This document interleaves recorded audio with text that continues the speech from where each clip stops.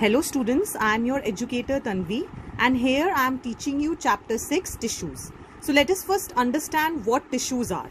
Tissues are a group of cells. They have a proper structure and they work together to perform a particular function.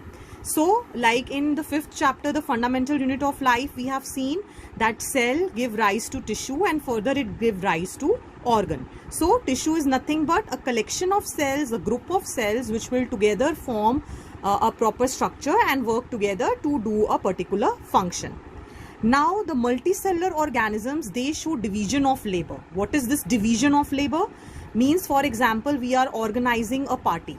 Okay, so I tell somebody, okay, you bring the cake, and somebody else is responsible for bringing the balloons, other person is responsible for bringing the food. So that is how we divide the work. So multicellular organisms means organisms made up of more than one cells.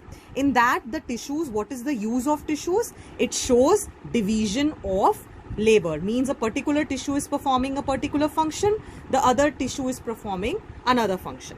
But in case of amoeba, like single-celled organism, what is happening? A single cell is performing all the function. So there is no division of labor like in multicellular organisms. So only in multicellular organisms division of labor is there.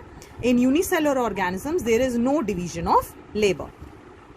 Next, coming to what are the differences between plant tissue and animal tissue. As children, there are differences between plant cell and animal cell. Similarly, there are differences between plant tissue and animal tissue. First, let us look at plant tissue.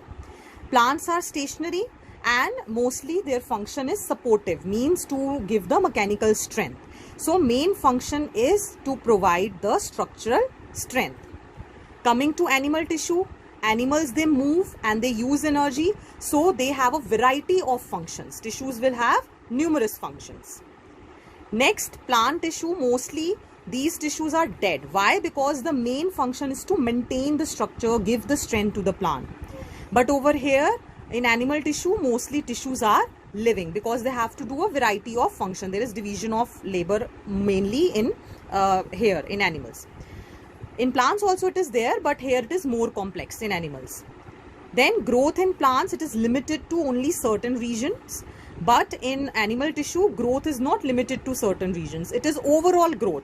That is why we say that in animal tissue, the growth is definite, and in plant tissues, the growth is indefinite because it is not uniform. You can say it is not uniform. Then again, this point is coming that cell growth is not uniform over here. But in animal tissues, the tissues are designed in such a way that the cell growth is uniform. Now let us come to their structural differences. See, regarding the structural organization of plant tissue is not that complex. But in case of animal tissue, the structural organization is much more complex. Now firstly, let us look at plant tissues. So there are a variety of plant tissues. Here I am discussing meristematic tissue. So meristematic tissues, these are dividing tissues. Listen carefully. These are dividing tissues, means that these tissues are continuously dividing, continuously they are active. So meristematic tissues are dividing tissues. Then there are three types of meristematic tissues: apical meristem, intercalary meristem and lateral meristem. Now let us look at it where these are present. Apical meristem, it is present at the growing tips of stems and roots.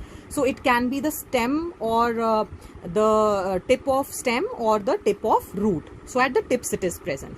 So because it is present at the tips, children, what it will do? It will start increasing the length of stem and root. So means it helps in the elongation of the plant. So that elongation of plant, that type of growth, increase in length, is called as primary growth. Next, coming to intercalary meristem. This is present at the base of leaves and internodes. I will tell you what internodes are. So for time being, you remember that it is in internodes. That is why it is intercalary meristem. Again, what is the function? It helps in elongation of stem. So this elongation, because it helps in the elongation of stem, this type of growth is called as primary growth. Then coming to lateral meristem. Lateral meristem is present at the base of the plant. It increases the girth, or you can say the width of the plant, of the stem, and root means of the plant. So this increase in the width or increase in the thickness of the plant is referred to as secondary growth. Now let us look at the diagram. This is given in your NCERT also. I have drawn for you people. See, this is the apical meristem present at the tip. So it can be stem tip or it can be root tip. Then there is intercalary meristem. What I was talking about was the nodes and internodes. See, the point from which a branch or a leaf originates, that point is called as node. Like this is node, and the space in between is called as internode. So the intercalary meristem, it is present in the internode. At the base of the plant, which increases the width of the plant, this is the lateral meristem. So this is the location of the meristematic tissue. If the question comes, you have to draw this. And regarding the functions, you know that the lateral meristem is the one which is helping in secondary growth or the increase in the thickness. Alright. So now this lateral meristem is also called as cambium. This is another name for lateral meristem. This you should take care. You should remember. Now coming to the main characteristics of meristematic tissue. Please make a note of these 3 points. It has dense cytoplasm.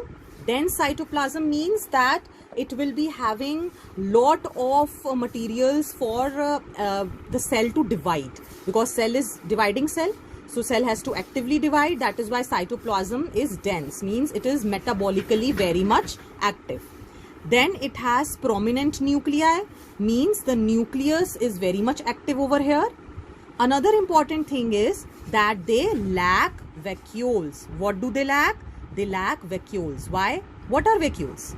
These are storage bags, okay, which will store food and water. So we can say these are storage sacs or storage bags.